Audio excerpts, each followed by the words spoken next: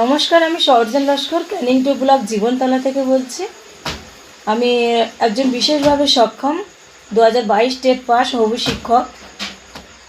আমরা বারবার আন্দোলন করছি মুখ্যমন্ত্রী যাতে আমাদের নিয়োগটা দেন, 50,000 শূন্য পদে যাতে আমাদের নোটিফিকেশন দেন, ইন্টারভিউ যাতে আমাদের ইন্টারভিউ নেওয়ার সুযোগটা দেন। কিন্তু বারবার আন্দোলন করছি তার মুখ্যমন্ত্রীর দৃষ্টি আকর্ষণ করার জন্য তাদের কোনো ফল মিলছে না। মুখ্যমন্ত্রীর কোনো আবহাওয়া আমরা পাচ্ছি না। আমরা মুখ্যমন্ত্রীর হস্তক্ষেপ চাই।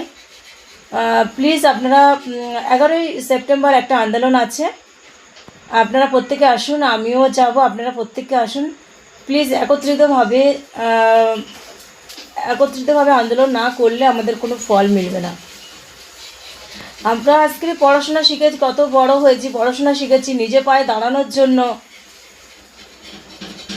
তার সত্ত্বেও আমাদের এই আন্দোলন করতে হচ্ছে, পুলিশের মার খেতে হচ্ছে। দাদা দিদিরা কত কষ্ট করে আন্দোলন করতে গেছে, তাদেরকে পুলিশ অমানসিক আচরণ করেছে, তাদের সাথে কত মানে টানা হিজড়া করে তাদেরকে নিয়ে গেছে প্রিয়জন ভ্যানে তুলে। আমি তো সব ভিডিওগুলো দেখেছি, তো সত্যি এগুলো মানা যায় না।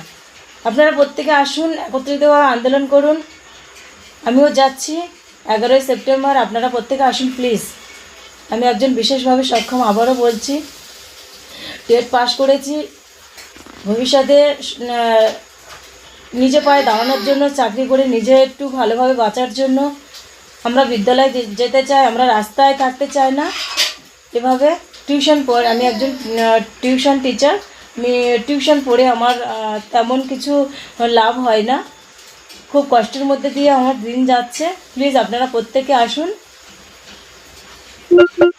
যাতে মুখ্যমন্ত্রী আমাদের